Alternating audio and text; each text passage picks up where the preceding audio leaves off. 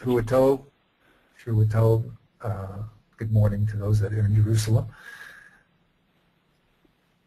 We're about to start Perek Aleph, the first chapter in Perek Tfunos. The Ramchal says the following. He first defines what the process of Gemara learning is. Hamasa umatan ha'imni hu ha'esik v'chakira b'mam odeya minadeos levareh ulegalos imhu emiti imlo. Mas and matan uni is a very interesting word. Mas and matan is give and take, and it usually refers to business. Why does it refer to business? Usually, when you're in the marketplace, the mocher always has to tell you all the great points of his product, and the Kona, the one who's buying, always has to tell you what's negative. And somehow, through the give and take of the buyer and the seller, they agree on a price. But that's only through a debating process. This term is used to describe the Gemara. The Gemara also has a give and take between, as we're going to see, between people. And the Ramchal is going to explain that this process of debate is really, the purpose of it is one purpose, and that's to clarify the truth of a statement and to show if it's true or not true. Okay, great. V'omnam ha'berur hazeh yaseh ba'aroch ha'tainot sheyesh liton l'kaimo la'amto o l'vatlo v'listorato ba'ofen shebochen kol ha'tainos hama'amito oto v'kol hastiros v'yuchra k'fi hayoten al setzol seichel. He says the following. This clarification, whether a statement is true or not, is done in the following process. There's an arrangement of claims that one claims in order to establish that the statement is true, and also the same arrangement is done to determine that the statement is not true, is false. And this arrangement is done in such a way as to show the strengths of both sides, the power of the claims that the statement is true and the power of the claims that the statement is false. Now, once we have that situation where we see very clearly why the statement should be true, all the points that line up to make the statement true, and all the points that line up to make the statement false, then we can make what we call a value judgment. We can determine whether in truth the statement is false or not, or true. And that's done by these key words, hayoten al seichel. After we see the proper lineup, so now we can determine what's more pleasant to the mind. Now this learning process, v'hinei ha'esek hazeh efshar sheyeh ben rabim, she'echad mehem ya'amod l'tzad echad ve'echad l'shekenegdo. This debating process can happen with many people, one person standing on one side and trying to affirm the statement, and the other one trying to deny the statement that he's trying to affirm. What does that mean? Perish. Echad ya'amod l'tzad kiyum ha'ma'amar ve'echad ya'amod l'tzad stirato uvitlo v'yaruchu tanaseihem zeh keneged zeh. One person stands on the side of the person trying to establish the statement, one person stands on the side of the person who wants to negate the statement, and they all set up their time as one against the other. So for the learning people, this process of debate that's being described is probably not foreign at all. But here's just an example of what he said. And we'll be using this Gemara, those that want to prepare the first few pages in Baba Kama, the first 4 or 5 pages of Baba Kama, we'll be getting back and forth, we're getting back to that Gemara quite a lot, and we'll use that as our test ground for the things the Ramchal is saying. So if you remember the Mishnah that we spoke about, the first Mishnah in Baba Kama, it said that there were Arba Avos Nezikin. There are 4 types of Nezikin. The shor, the mavet. Shor is obvious what it is. It's an ox. A boar, it's obvious it's a pit. The words mava and hever are problematic. So the discussion of the Gemara after it discussed the Avos and Toldos was to ask, my mava, what exactly is it? And here we see that there's a debate between Rav and Shmuel. Rav says mava is Adam Hamazik, when a man does damage, and Shmuel says it's Shem Hamazik, when an animal eats another person's produce. The first thing that they do is that Rav explains why the source that he wants to establish that Mava is Adam, and he brings a source from Yeshaya. Omer Shoma Taboga V'gam Laila Im Tiva'u Bo.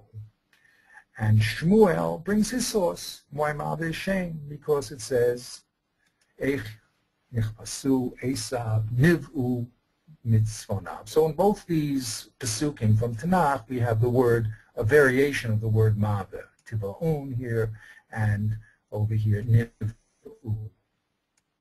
And one is associated with man, and one is associated with eating, Shem.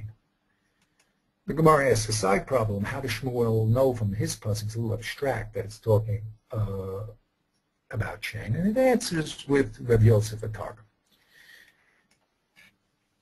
Now the Gemara goes back and forth between Rav and Shmuel, showing weaknesses of each side. They ask, first of all, Rav, my time lo Omar Shmuel. How come Rav, who says that Mav is Adam, how come he disagrees with Shmuel?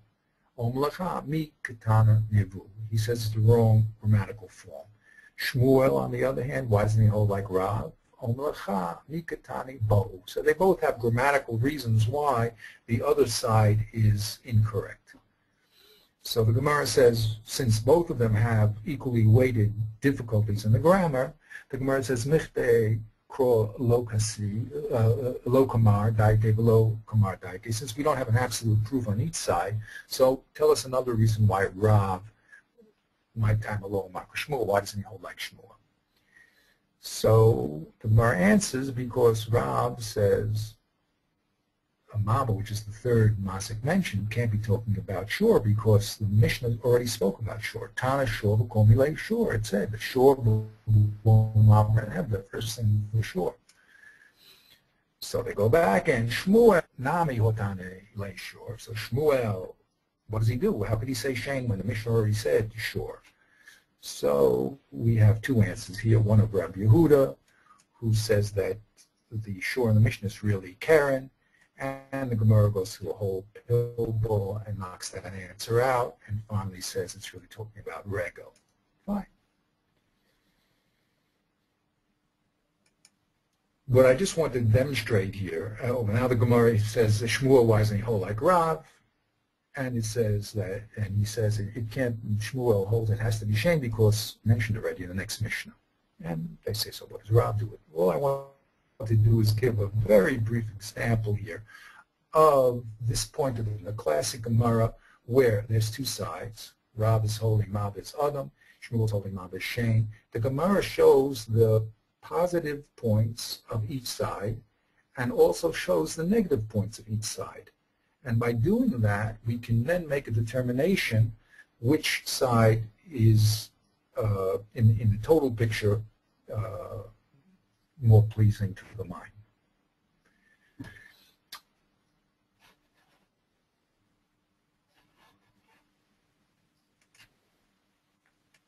So here's an example of a Rabbim. That's Rav and Shmuel arguing, each one presenting their positive proof side and each one negating the other side and showing you why. Now he says, this debating process can happen. It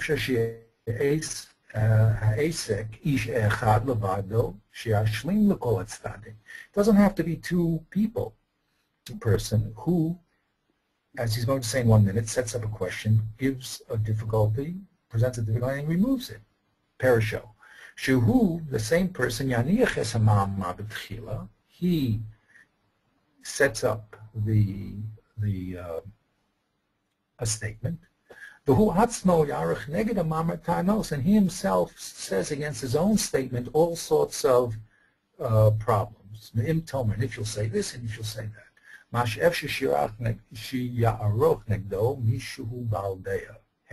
He says, look, I know what you're thinking. You probably disagree with me because of points X, Y, and Z, and I'm going to now what?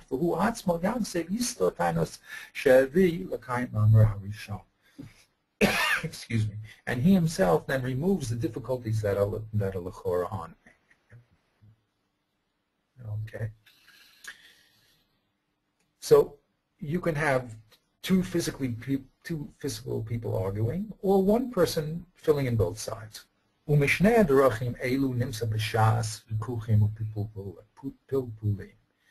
both of these methods you'll find.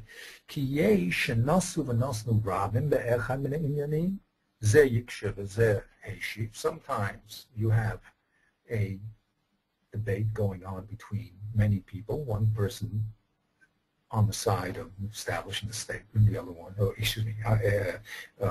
asking the kashas, the difficulties, and the other one responding. Sometimes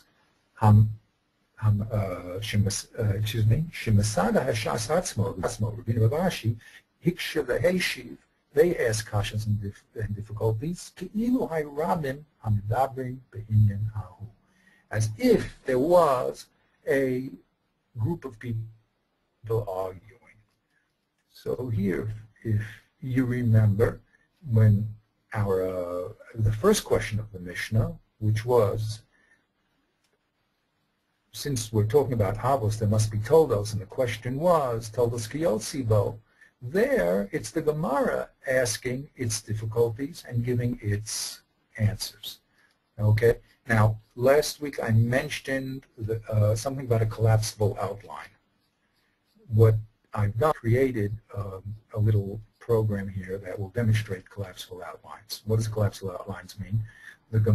Here's, for instance, the Mishnah. It says Avos Nesikin. If we press here, we'll see that this little section is a parish of Avos Nesikin. And then it says the Nezikins are different from each other. If we press here, we'll see how they're called a collapsible outline. The reason why I want to show it to you is because when we have debates in the Gemara, here, for instance, you have one person, and we want them to know, Rav Papa said a statement that the Toldos in our Mishnah, the derivatives of our Mishnah, have the same law, some of them have the same law as their Avos, and some don't. Okay, so that's what he said. He said, Tolasayim Kiyotzi Be'en, the question was, Tolasayim Kiyotzi Be'en, Olav Kiyotzi Be'en. Here's the question. And the answer was, Omer Papa, Yesh Mehem Kiyotzi Bo Kiyotzi Bo. That's what Rav Papa said. Okay? Now, what do I want to bring to you? The Gemara then goes through an elaborate discussion to find out, when Rav Papa said that there's certain Tolos like the Av and certain Tolos are not like the Av, which ones are and which ones not. And it goes through Karen, Regel, Bor, Aish, all the 6 Avos. And as it goes Avos, it also brings up all sorts of difficulties, all sorts of kashas on material, and gives all sorts of solutions. So this is the Gemara itself asking kashas and giving solutions. Okay, so that was just demonstration of the second point of the Ramchal, which is that sometimes the Gemara itself, it looks a rock, it'll ask questions and give answers. The Shioma Hashas Befer. Sometimes the Shas will say clearly, Hu Mosiv La v'Hu Mefarech La. The same person who is talking the Shas will give us a heads up and tell us, this person who asked the Kash is actually now, he himself is going to respond. The Maksha himself will answer his difficulty. The Ramchal now makes a very, very important point. All these different ways of debating, whether it's a real two people debating one issue, the Shas acting as two people, or one person just filling in all the sides,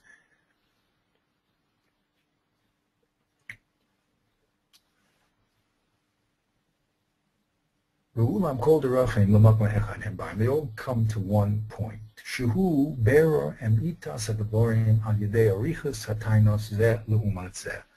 They all are focused on one point, and that's to clarify the truth of the statement by arranging the claims in an orderly fashion, one point against the other point.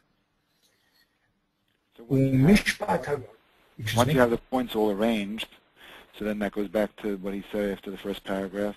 Then you use your seichel to establish which one seems to be, which you like better. I mean, it sounds like it's not as logical, just not using the word na'isei seichel. Really, that's excellent question. There's something called a judgment call. What is a judgment call? A judgment call is when the judge, okay, whether, let's use in a formal situation, a Beit Mishpat, right, in a Beit Din. You have two people arguing about a point, and they're each bringing up their strong points, and the other person is, of course, showing their weak points, and vice versa. The judge now has to make a judgment, a value judgment. Everyone is saying very reasonable reasons why, let's say they're arguing over, a money issue, So they're all bringing reasonable proofs to each side. And the most difficult decisions are the ones that are equally balanced, l'chara. So each person, let's say there's 5 points on each side. So person A will have points 1, 3, and 5 in his favor. The other person will have point 2 and 4 in his favor, for instance. So now a decision has to be made. Which ones are better? And that's called a judgment call. That is something where he uses that very, very unusual language that you said, naus l'seichel. Things have to, in the end, have to sound good. After you know all the facts, you have to make a judgment call. You have to decide which way is better. And that's, you can call it intuition, you can call it a sense of the truth, but in the end, that's what has to be done, because everyone has valid reasons why they're deciding what they're deciding. Practically speaking, the Rishonim have decided for us because their ability to weigh is a little bit better than our ability to weigh. But you'll know in life also, and this is what one point is very, very important, the method of analysis and debate that goes on in the Gemara is not something that we leave to the Gemara. It's something that we have to inculcate in our own being. So that when we make decisions, we have to make them on the basis of laying out the pluses and minuses on each side of the decision and then coming to a conclusion. And those conclusions are based on, let's say, a mystical understanding of what sounds better to us. Okay, but you're not going to get a mathematical. In real Gemara debates, you won't get an obvious conclusion. Why? Because if you could, then Mr. A would have not be recorded anymore. He would have rejected. Okay, so there's always a fine line distinction or a judgment call that's going on in the Gemara. Okay, and that's left to a decision-making process called naus l'seichel, which what sounds more correct to you. Okay, I'm very glad you brought up that point. That's very, very critical.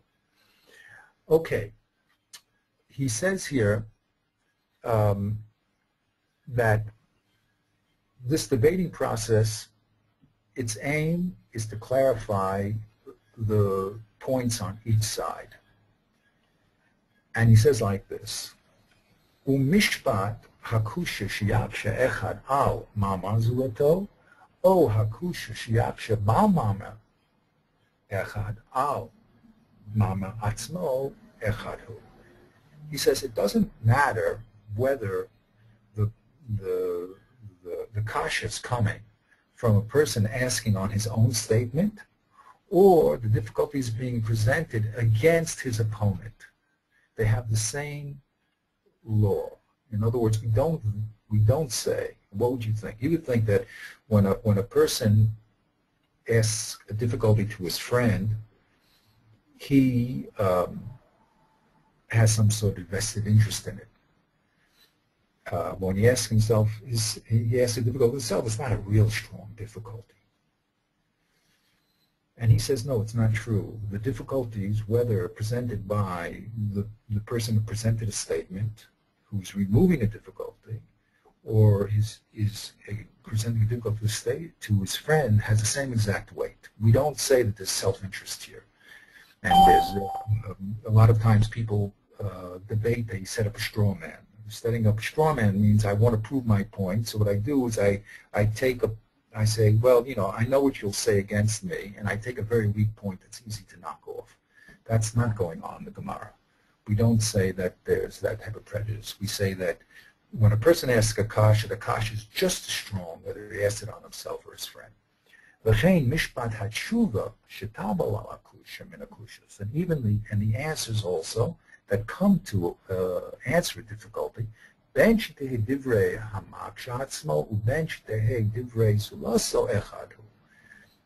if you're going to give an answer, the answers that are given, it really doesn't matter if the person raised the difficulty and now gives the answer, or he's giving an answer in response to someone else's difficulty. Those answers are also equally weighted. All the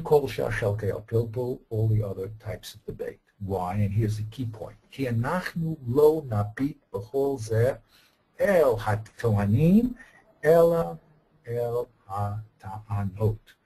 We don't look at who is presenting the difficulties or solving problems. We look at the problems themselves. Our focus is always on evidence. What are you saying? Is it true? Is it not true? Is it a strong difficulty or not? Is it a good answer or a bad answer? It doesn't matter who raises it, because we're dealing here with people who are totally honest and have no vested interest in their positions. They easily could have taken the other position if they felt it was true.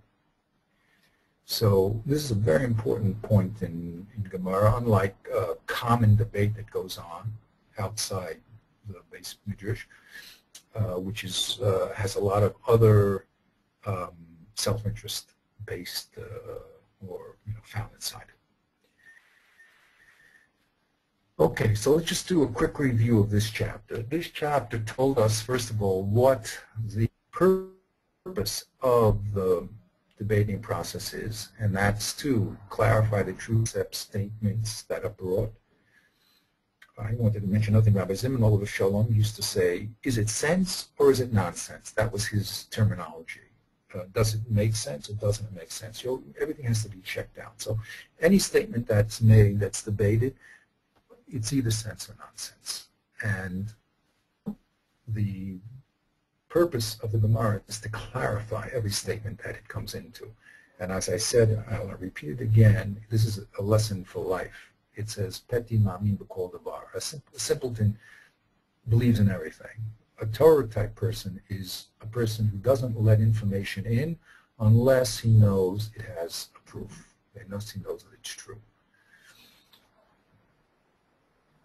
This debating process, he told us, goes on by many people debating a point, one taking one side, one taking the next, or the Shas itself acting as a group, taking both sides, or one person himself filling both sides. And he tells us it doesn't matter which method is used, the goal is always the same, which is truthfully clarifying the truth or falsity of any issue. And it doesn't matter who is solving problems. Everybody's honest, open, and just wants the truth. And we never look at who has raised the difficulty, or who is given the solution, but we judge everything on its own. Okay. That was chapter 1. Now we're going to get into the meat of the debating process.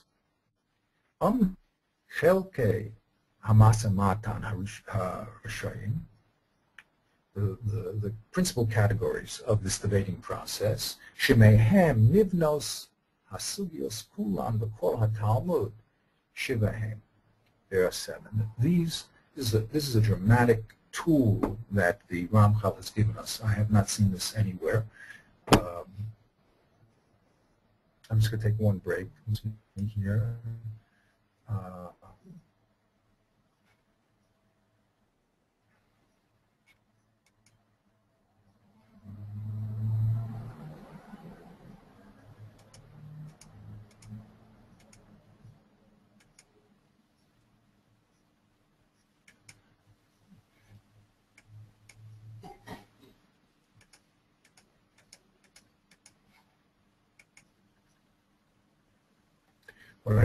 What I try to do is just cut those underlines. It may be bothering people when they hear it. Okay, so the dramatic thing that the Ramchal has done here is defined 7 categories, covers all the principal parts of debate. We will see later on, and he'll mention that there'll be a few subcategories, but these 7 are very powerful tools because they will focus us on exactly what the Gemara is doing at any time. And the little program that I made will be used to take a text of the Gemara, to put it inside the program, and then you can use those little simanim, these little signs here, icons, in order to label what the Gemara is doing. And you should know, just before we go further, that sometimes these things are debatable. It's not so clear. The Rashi will have to tell us it's his opinion that now the Gemara is raising a difficulty and not making a simple statement. However,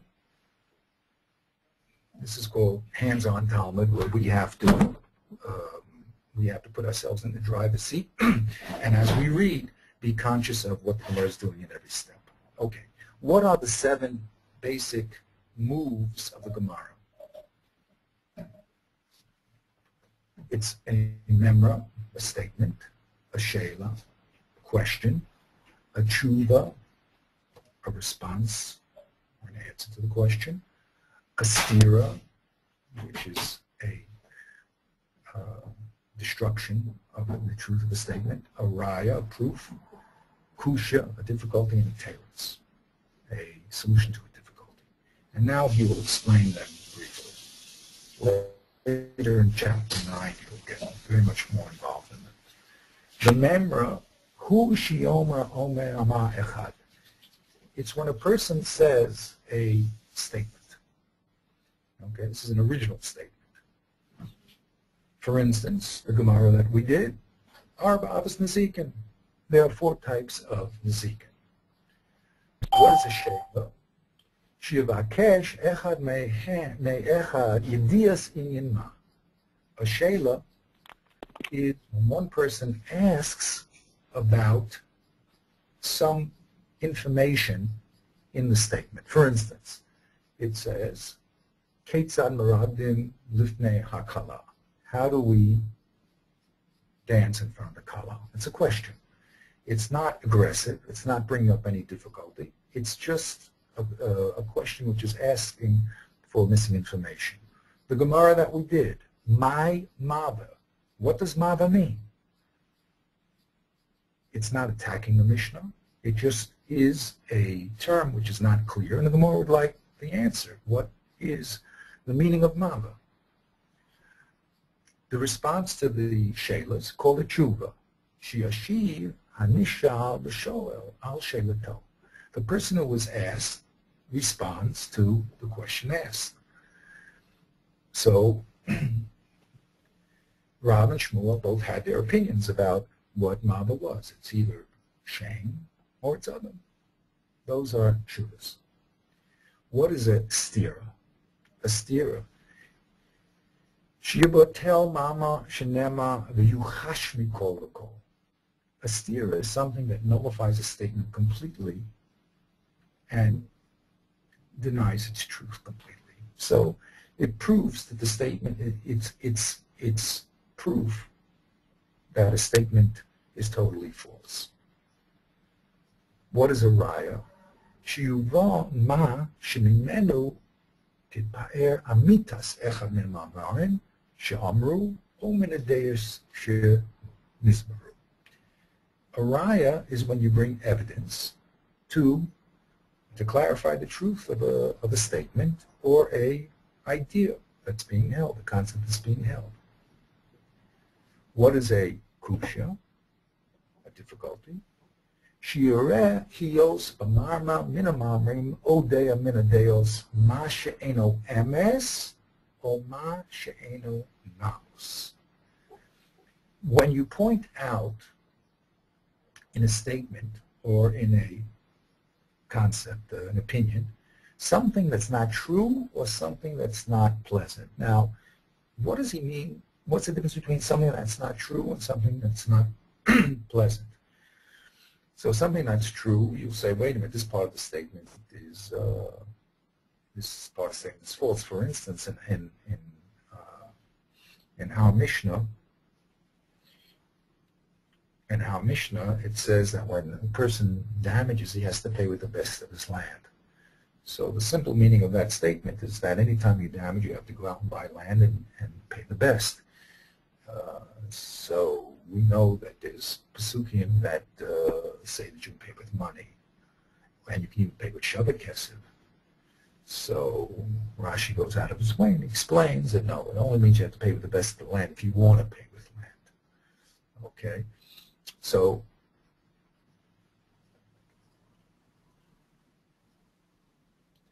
good. So you see that statement, that part of the statement, the Mishnah said quite a lot. That part of the statement seems like it's false. What does it mean that something's not naot? Naot, the Ramchal is going to explain later on, means that there's something unusual going on in the Mishnah stylistically. For instance, the Mishnah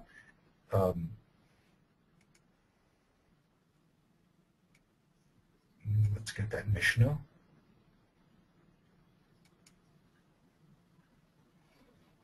If you notice the Mishnah says that there's 4 avos: the shor, the bor, the mava, and the heather.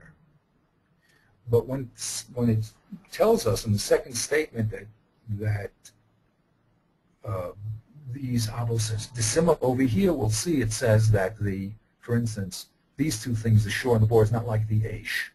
Why did the Mishnah switch from calling the damager number 4 heather to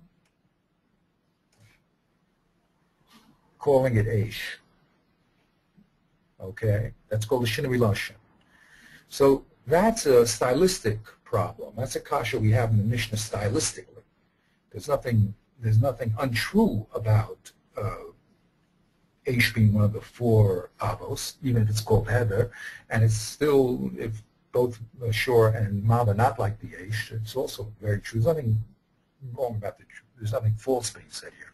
What's wrong is that it's not nayos, it's not pleasant, that the Mishnah switched its language from mava to eish. Okay? So that's what the Ramchal means here when he says that a kasha there's actually 2 types of kashas. One kasha based on things being, some part of the statement being false, and the other type of kasha is that things are not pleasant. There's something wrong with the seder.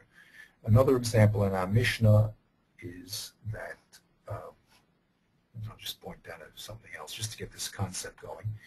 if you notice, the Mishnah talks about the shor, the bor, the mava, and the hever. That's the order that it presents itself. But when it talks about the differences, it says that the shor is not like the mava.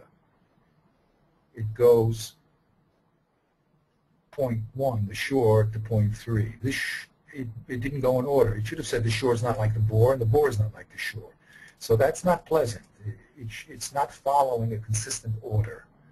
Okay. Now all these observations are observations that the Rishonim, the Gemara, all the Rishonim will talk about. But the point is that means things are not true. They're just not pleasant. You don't switch an order without any meaning. Okay. So those are all difficulties of the Eino Naos class. Finally, the teretz. Shitus min amama, asher hukshalav, o min adeya. The teretz is the removal of the difficulty from the statement or from the opinion being proffered. Okay? So some Rishonim say the reason why hever was used in the beginning instead of the word hever instead of the word eish later on is because the Mishnah wanted to rhyme mava with hever and hever with minor. So you have shor bor, which rhymes together, and mava and hever rhyme also. That's a teretz that's one Rishonim gives. There are other answers to it. Okay. So why does he need to categorize a stira and a kusha as separate items? The goal of a stira and a kusha are really the same, is to show that something is not true and to contradict it. Okay, very good. Excellent question once again. Excellent question. A stira is something that denies the total truth of the statement. Its aim, let's put it this way, 4 and 5 talk about evidence. That's why I put little ones I made as little pieces of paper, red and green. Really, stira and raya means, do you have evidence that says this thing is true? A difficulty has nothing to do, it doesn't destroy the whole statement. It says that part of the statement seems apparently to be false. However, it's not going to destroy totally the truth of the statement because we're going to get a solution to our problems. Okay? Which is a teretz. A stira says that I will show you that this statement is absolutely false in its entirety, and that's what he says. Shivat al-mamar bikol v'kol, completely. It's a total statement. Akasha points up that this part doesn't seem to be true, and then we're going to have to explain to you why it is true. Or in the examples I gave of why did the Gemara switch from saying hever to eish?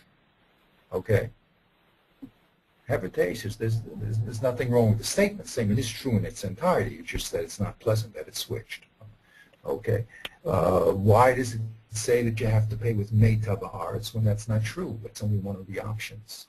Okay, so the answer is that's a good question. I really didn't answer that question. Why did the Mishnah not pick out only meitav haaretz and not three? I didn't answer that question. But what I'm saying to you is like this: a stira brings evidence that the whole statement is false. Akasha says that part of it seems to be false, but it allows you to explain yourself. The stira does not allow you to explain yourself. The stira says that this statement is absolutely false. I will bring evidence that the statement is false. Akasha allows you to explain yourself.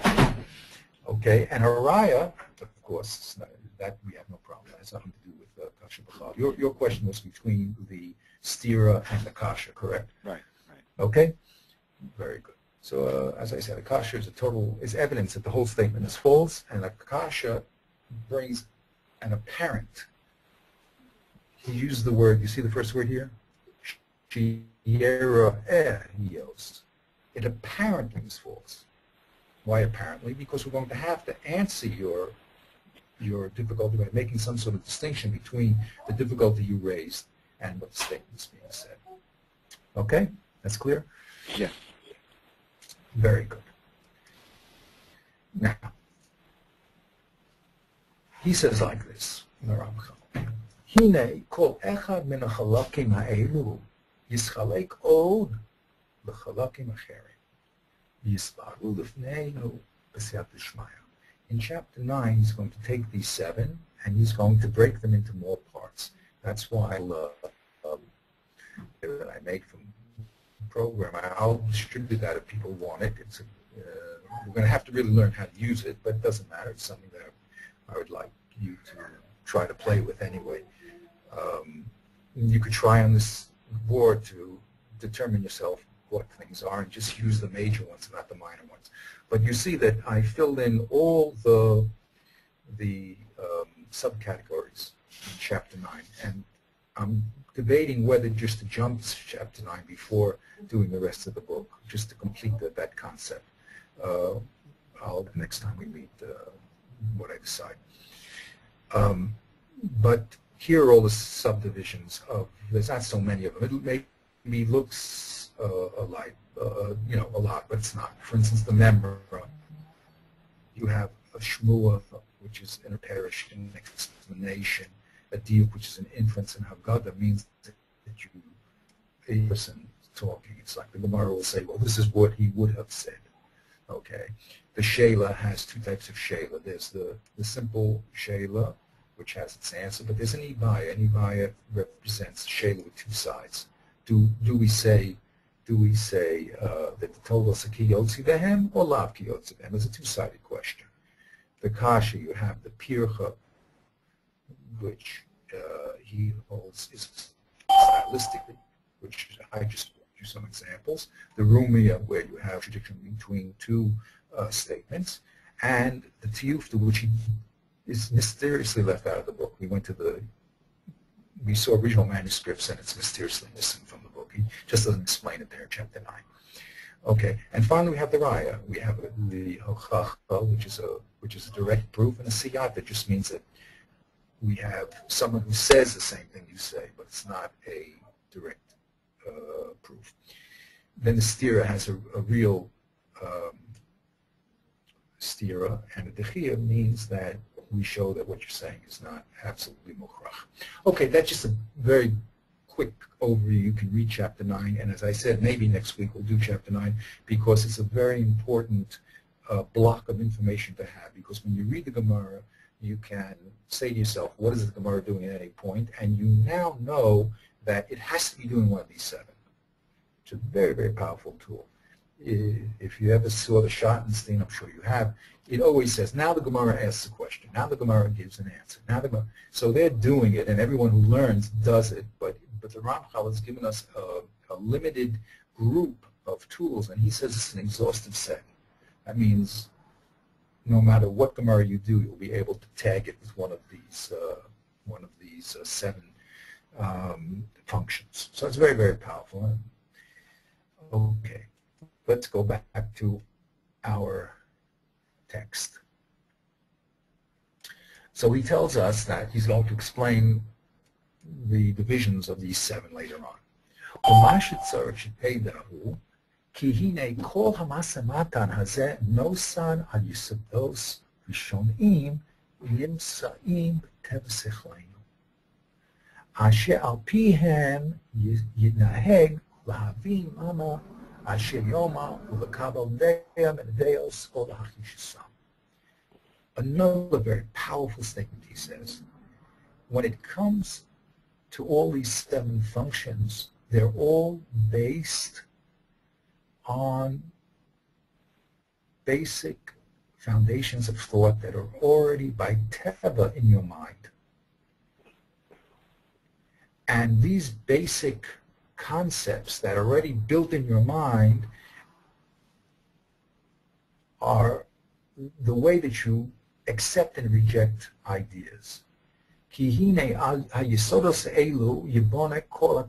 On these principles which he's going to mention, all the difficulties and the terutzim, the proofs and the steers, v'chein kol sha'achalakim tivchanim bo. They're all one of these aspects. Derech mashal. I was going to give some examples. Now, everything that the Ramchal says is very simple, yet very powerful. He says that all you have to do is come to the Gemara with your mind, and your mind is already set up to understand the difficulties, the proofs, the answers, the questions. It's not Iloba Shemayim. HaKadosh Baruch Hu is giving you a mind to understand them, because they're all based on very, very simple principles. Shiyomru, it says in Brachos, HaKoreh, the Eved in L'chatchila lo. Let's read that. Let's see that text inside. Okay. I'm not going to go through the whole pilpul, but the Gemara says very simple. It says, HaKoreh et Ashma, v'lo hishmiya le'ozno yotze. A person who reached here, the words coming out of his mouth, he's still yotze. Rabbi Yossi says he's not yotze.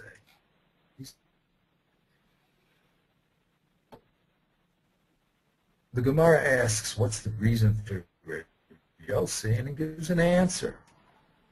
It says, because it says, Shema Yisrael. It says, Shema here. What you say. What does a Tanakama say that the words coming out of your mouth? Tanakama says, Shema, he also means something else. B'kol lashon shetashameya. You can say Kriyat Shema in any language you like. That's what Shema means, to understand. It doesn't mean to literally hear. For Reb Yossi, how does he learn that you can say Kriyat Shema in any language? So he says Tartar Shema. He learns both things. One, that you can say in any language, and also that you have to hear the words. Okay. The Gemara brings up Truma, and it says the following: Acherish, Hamidaber be'eno shemea lo yitro. A person who cannot hear but can speak, he's not allowed to take truma. The in torem, truma so truma. And if he does take truma, however, this person who is deaf, his truma is truma. The Gemara asks, who's the Tana of this Mishnah? Who is the Tana of this Mishnah that says that the deaf person l'chatchila can't take it, but b'diavad it is? So the Gemara says it's Reb Yossi. How does it know it's Reb Yossi? The Tana. Hakor et hashma v'lo l'shmi la'ozno yetze. That's the very Rebbe Yehuda. But Rebbe Yossi says lo yetze. He says you're not yetze. Adkan lo kor Rebbe Yossi. Why does he say in Kriyat Shema that you're not yotze? That's only in Kriyat Shema, which is the Raisa. Aval Truma Mishum Brachahu. The reason why a person's not yotze in Trumas, when he hears it, is because he can't hear the blessing, the bracha. And the bracha is only with the Rabbanon. Uva bracha tali milta. So therefore, you could be yotze in taking truma, the deaf person, because really there's nothing wrong that he's doing. He just. But the Gemara says, "Umayda Reb Yossi he, Dilma Reb Yehuda he."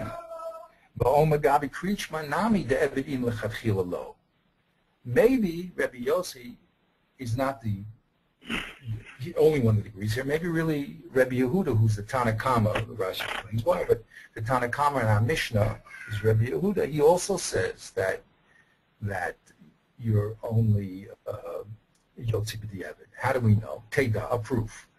The Ketane Hakore b'diavad. If you notice the Mishnah, it says Hakor et hashma v'lo hashmiya lo'ozno. It's talking about a person who already read the Shema. That's lashon of b'diavad. Okay, that's a lashon of b'diavad. But lichatchila, you're not supposed to do it. So maybe the Tanakama, who is Rabbi Yehuda, he also holds the same position. Now, what does the Ramchal want to bring here? Here's a proof that's brought from our Mishnah, and is brought from the language of the Mishnah, by the fact that the Mishnah is talking about someone who has already said the Kriyat Shema, HaKorah, one who has already said the Kriyat Shema. So we understand that this halacha is talking about b'di'evet. So that's something that your mind understands even without education. Now remember, last week I spoke about the word-thought formula. I said that when a person has an idea, he has to clothe it in words in such a way that the hearer will be able to reconstruct his idea. The Kodesh Baruch Hu does the same thing. He clothes his concepts of what he wants us to do in the Torah in such a way that we'll be able to reconstruct it. The Mishnayos are built the same way. Torah Shabbat Peh. It's clothed in words which the reader is supposed to be able to reconstruct. So when the Mishnah talks about HaKorah et HaShema and uses Lashon B'di'evet, it understands that the person hearing that will be saying that this din is talking about when the action was actually done. Okay? And that's his point, that language, when you hear language, it has a mashmut. You don't have to be educated. It means what it says, and it says what it means. When the Torah says Hashem put his hand in Mitzrayim, our first look is Hashem has a hand. So then the Rambam says it's obvious that Hashem doesn't have, it's not corporal, and a goof, and a goof, he pushes away. But you always start with the pashtus of Lashon, gives you a concept. And then if it's not what it says, if it doesn't mean what it says, then the burden of proof is on you to push it out of the pashtus. It says an eye for an eye, tooth for a tooth, ayin tachas ayin. That literally means when you damage someone's eye, your eye has to be taken out. The Gemara goes for a few pages to show that that's not true. But the burden of proof is on the Gemara, because we always say, we start. It's a very important thing. Our first position is, it says what it means. That's what it is. Now, if you want to push it out of the pashtus, then you have to explain to me why. But the communication is based on the principle that people are speaking clearly and they say what they mean. Doesn't mean that's where it's going to end up. We can force you to say what it doesn't say what it's not saying what you think it means. But then the burden of proof is on the person who's trying to change what the pashtus is. But this was all to explain that you have to use your mind. A lot of people park their mind outside their lot. There's certain people who park their mind outside the Beis Midrash and they just memorize. And the Ramchal is telling us, take your mind in the Beis Midrash and present what is being said in its pashtus, and you can understand by doing that every difficulty and every resolution and every kasha and every proof and every disproof. Bring your mind to the Beis Midrash. Now you may need a little help because certain things are a little said in a brief way, but he's saying that once you understand that these principles of the Gemara are built in already in the thinking process, in the communication process, then you'll be able to clearly understand all the give and take in the Gemara. Okay? So here it said in the Gemara, HaKorah in the Mishnah, and the diuk was, wait a minute, since the Mishnah is giving a law predicated on, predicated on the fact that someone has already read, so we know that that law would not be l'chatchila. The opposite is true when the Gemara says, HaKol Shotim. Let's look at that text.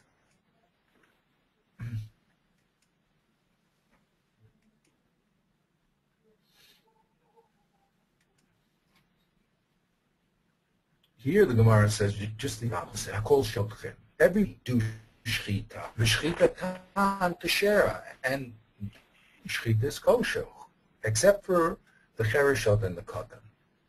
Why? Because Shem Yikalkulu es shchitasan. But then the Sefer says, V'kulan sheshachtu v'acherin ro'onoso shchitasan kasher. All of a sudden it talks about everyone who has done the act of shchita and other people are watching them, they're also considered kosher. Okay, so the Gemara skips, the Mishnah skips from talking about a lechatchila situation, a kol shochten, to a b'diavad situation. Kulan sheshachtu, and the Gemara again raises a difficulty, the stylistic difficulty here. Hakol shochten, that means lechatchila, correct? Because we're talking about the general rule. Everyone may do shchita. That's lechatchila. And then all of a sudden it switches and it says, v'shchitatan, there shchita is kosher, only b'diavad. There's a contradiction. There's a shinui, a change here. We started off talking about lechatchila, we ended up talking about b'diavad. So these difficulties, the Ramchal is saying, it's in your mind that you understand. When you say kol shochin, that's lechatchila. When you talk about an act being done, it's b'diavad. Third example. Ukeshehik brings a kash in Pesachim.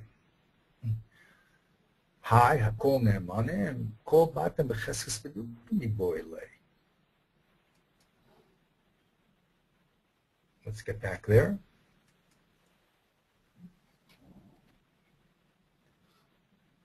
There, we had a problem that we want to know if you rent a house on the 14th, can you presume that the Baal Habayis in the morning, can you presume that the Baal Habayis did the Bedika the night before, or do you have to now recheck your house? So the Gemara brings a raya from a statement that says, Hakol ne'emanim al bircham. Everyone is believed on bircham. So the Gemara says, wait a minute, that doesn't make any sense. We need a proof that the houses are checked, not that the people in the house, that the people who check are Neman. We know that the Baal Habayis is Neman, but we don't know if the house that we're going into, we can say is in a cheskes of being checked.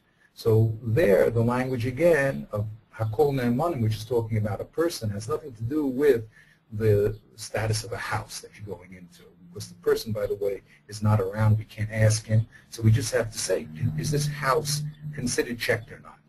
So again, by talking about, trying to bring a proof from a statement which talks about people to a status of a house is an improper proof, and that's something we can understand also from the power of the pashtus, of the simplicity of the language.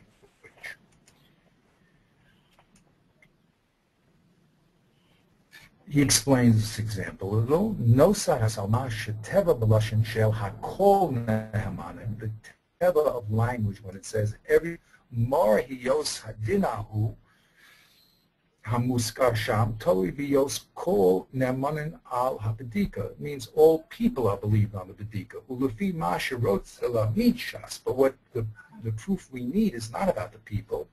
We have to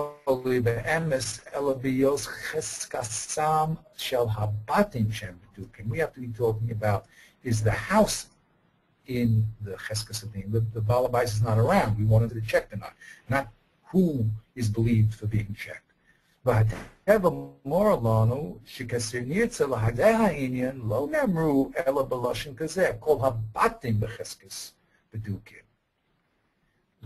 if we wanted to bring a raya, it would have to be from the state that all the houses are in the cheskes of being checked. So he wants to bring a few examples, and we'll see this throughout his book and throughout Shas, really, that if you understand some basic principles of thinking, which you already understand even though you're not aware of them, you'll be able to fathom what the Gemara is asking or answering. It's lo b'shamayim, it's right b'fihem, it's right in your mouth, it's right in your head. Hashem already made the system, and you're just not aware of it, and you don't give you permission. You don't give yourself permission to think, and you don't have the tools. So he's giving you a systematic, and that's the aim of his little book here, a systematic tool chest in order for you to, and for us to understand. So let's just finish this quickly. Not quickly, but v'chein kol hakushas kulan v'kol haterutzim v'kol shar chelkei pilpul kesher tachakor lehem be'emes timse'ein nostim al yisodas ke'elu inyanim chukim b'teva ha'avana hasichlis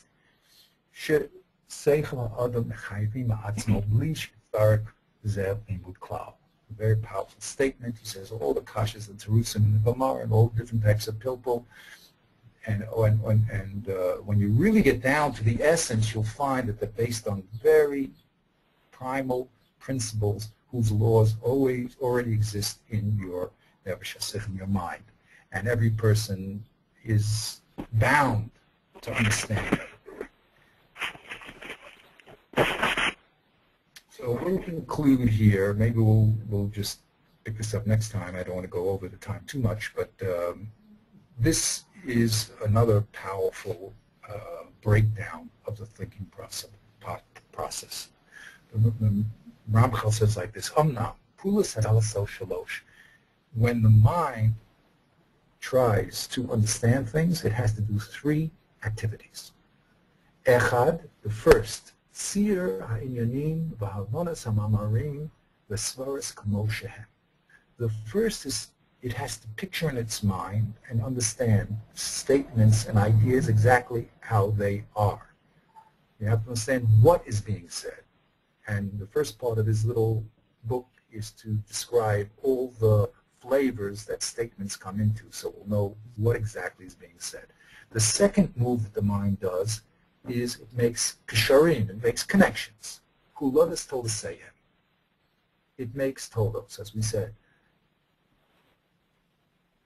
Anyone that does a malacha on Shabbos is chayav skila. It doesn't make it. And kasiv is a malacha, and therefore kasiv is chayav skila. That's called a hekesh. You take two statements and you combine them, and you get new information coming out. Okay, so the first thing is you have to understand what statements are in truth. The second, you have to see what is novea, what is the hashlachot, what comes out of that statement. That's called holet is told to say him. The third thing is the balasam o hechashasam. You have to now evaluate, is what's being said acceptable? Is it true? Or is it false? Those are the three pulot which he's going to describe in the book.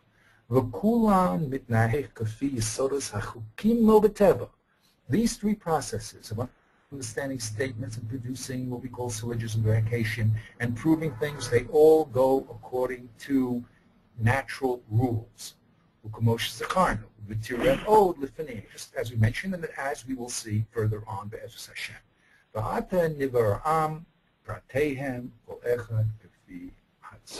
we'll explain all the details of these three chalakim.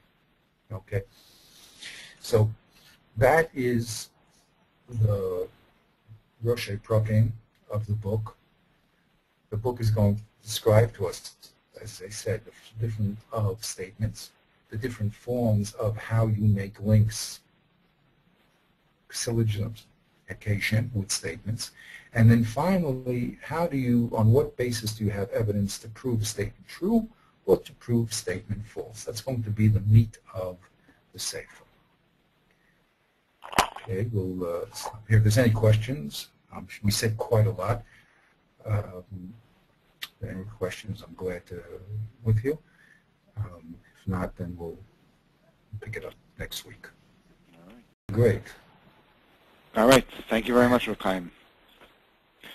Okay, that's a mouthful, and I'll tell you next week. Anyone who wants to, I sent you this thing. I'll send it to you again. Okay. It's you should play with it because the idea. I tell you what happens when there's seven things. Now I made them into groups.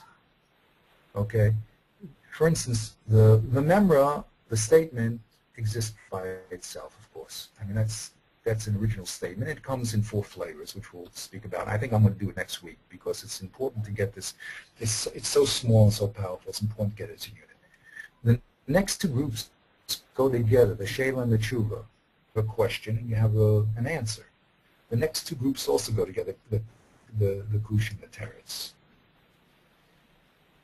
And the last group also are related, but in a different relationship. One is a proof for something, and one is a proof against something. They're both proofs, but the question, one is a proof that establishes truth, and one is a proof that establishes falsity. So if you take these 7, and I just made groups out of them because they are related to each other in this type of horizontal fashion. And then you read a Gemara like we did on the left-hand side, and what I would like to do, I mean, again, we'll have to figure out how to do this in time. Since we have an ability to do interreaction, I could let you now take my screen, and you can, for instance, go like this and do Control-C, and I ask you, what's Abav and C? Can you do that? Control-V and say, hey, that's great, you know. Okay, so we can actually have a interactive class online where you actually try to apply these principles, okay?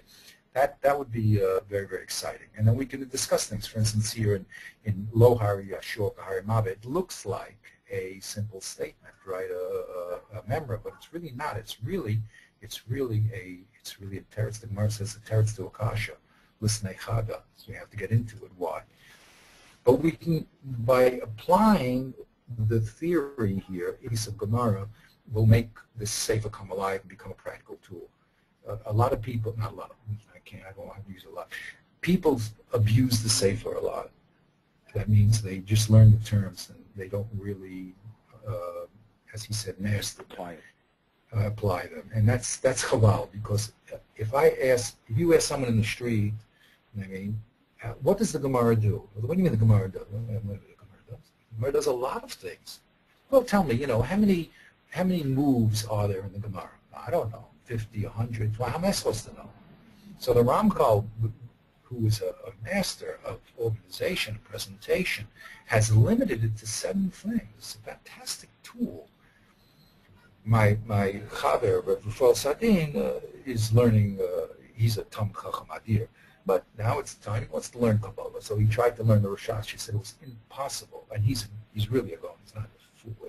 He happens to be like one of these guys with the big IQ. But he started learning Ramchal. He said the Ramchal clears the way, and everybody understands it. The Ramchal has a tremendous, he was the Rebbe, his Rebbe was the Pachad Yitzhak, who was an encyclopedist. And he has this great ability to take information and to sift it into a few categories which are very all-inclusive. And that's extremely powerful, and it adds a tremendous amount of clarity in any subject you investigate. When we spoke to Bertie Olashon, the pastor of Rosh Hashiva of Hebron, he was amazed that the Ramchal, who's known for Mitzil Shasharim and for Kabbalah, he wrote a book on how to learn Gemara. He's like, he couldn't believe it. I mean, in the way he saw it. But the point is, we have a great opportunity here from really one of the Gedolei, or not the Gedolei in the past, as we said, the Gross said, Mitzil Shasharim couldn't find in the first 3 chapters 1 extra word. I mean, so you're talking about a master of information, but a person who can conceive of the major points of things. So what's left for us to do is to apply what he says. And I made these little symbols so we could easily take a Gemara on the left and start enjoying it, playing with it, and saying, okay, now what is the Gemara doing here in any one of these moves? Okay, so I'll send this out to you. Anyone that wants it also, I'll send it to them, and you could try it yourself. And maybe we could arrange some time where you could get together and we could work together on this and start discussing it.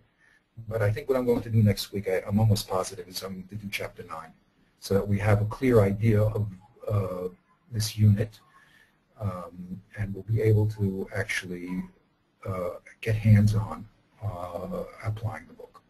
Right, Okay. Once we do Parak test, then afterwards we could spend a little bit of time with a Gemara like this and actually go through it. 100%. Yeah, I think the idea, I think the idea of making it real, so to speak, by going over, trying it to a regular Gemara is a wonderful suggestion. Okay. The only question is time. So maybe next week, let's say the format should be like this. Next week, I'd like to do Chapter 9 with you. Then we'll have the full concept. It's all there. The full concept of the functional aspects of the Gemara.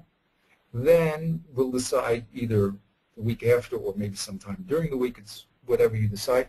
Then we'll take this Gemara and we'll sit together and I'll say to you, okay, Avi, this first statement here, what is it?